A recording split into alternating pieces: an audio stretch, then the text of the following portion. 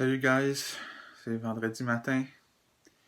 Le soleil commence à peine à se lever, puis la ville est calme, beaucoup plus calme que d'habitude. Puis c'est le moment idéal pour s'asseoir puis ouvrir la parole de Dieu et méditer sur la parole de Dieu.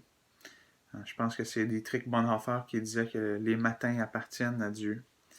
Si on se lève assez tôt, il y a une paix puis un calme le matin qui sont parfaits juste pour entendre sa voix quand on lit la parole. Puis c'est ce qu'on va essayer de faire ce matin en lisant le psaume 5, entendre la voix de Dieu. Alors, on va faire un peu différent que les autres matins. Je ne vais pas apporter une méditation de style enseignement, mais j'aimerais qu'on regarde qui est Dieu dans ce psaume-là, verset par verset, juste se questionner sur quels attributs qu'on voit de lui dans ce passage-là.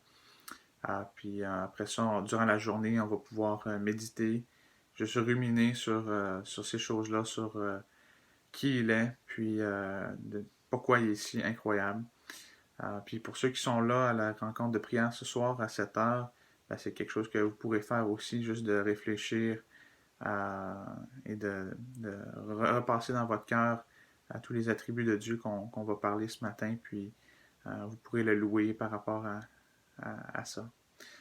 Fait que je vais prier, puis on va lire le psaume 5. Merci Seigneur Dieu pour cette opportunité ce matin, dans le calme, d'entendre ta voix. Merci aussi que tu entends la nôtre, que tu es un Dieu qui entend et qui écoute. Et on te prie Seigneur Dieu que tu puisses augmenter notre admiration envers toi et augmenter notre dépendance envers toi. Seigneur Dieu, on te remet ce temps ce matin entre tes mains. Amen.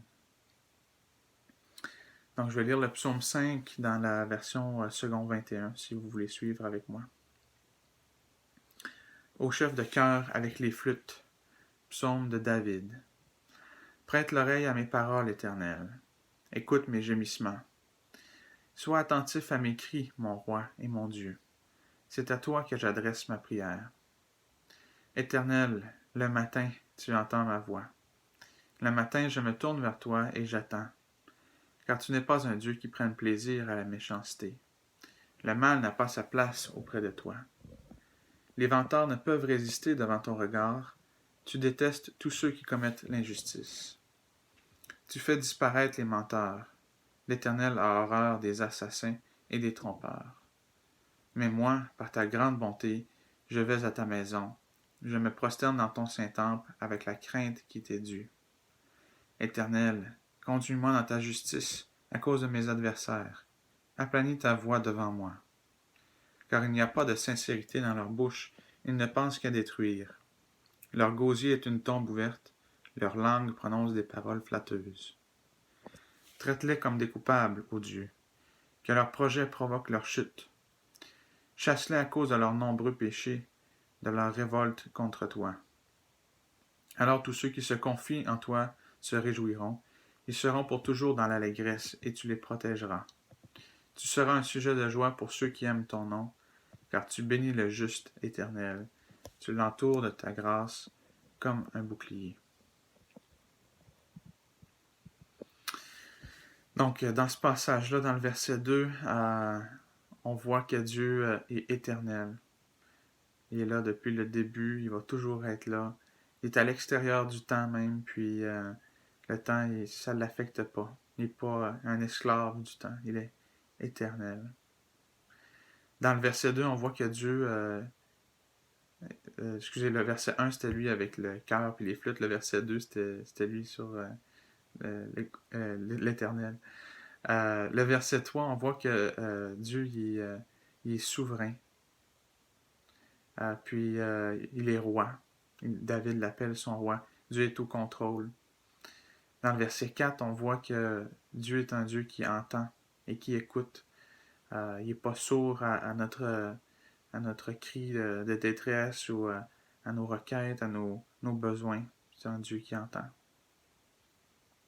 Dans le verset 5, on voit que Dieu, il est bon.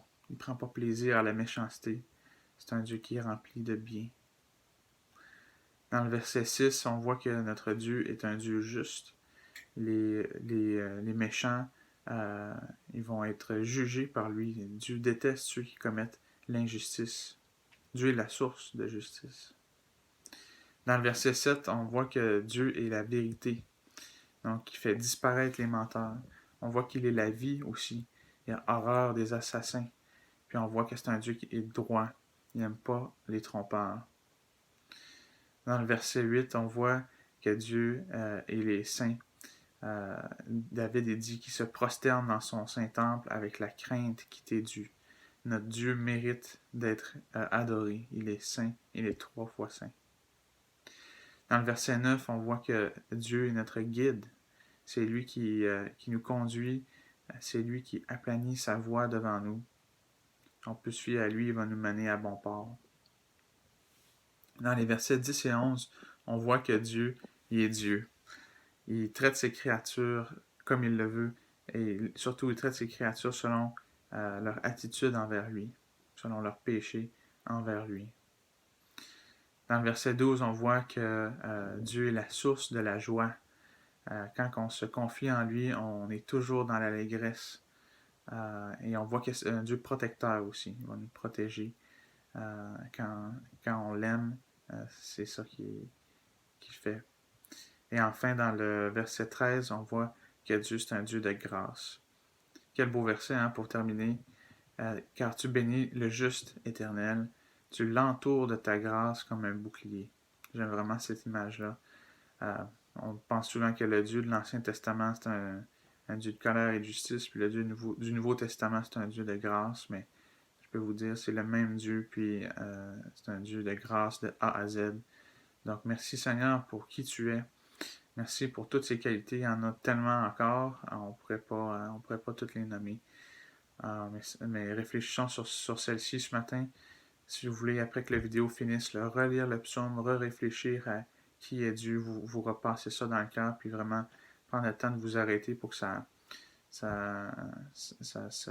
s'ancre dans votre cœur. Je vous encourage à le faire. Je vous souhaite une belle journée, frères et sœurs. J'espère que Dieu va vous bénir. En tout cas, il vous accompagne partout où vous allez. Il vous entend, puis il vous aime. Donc, bonne journée.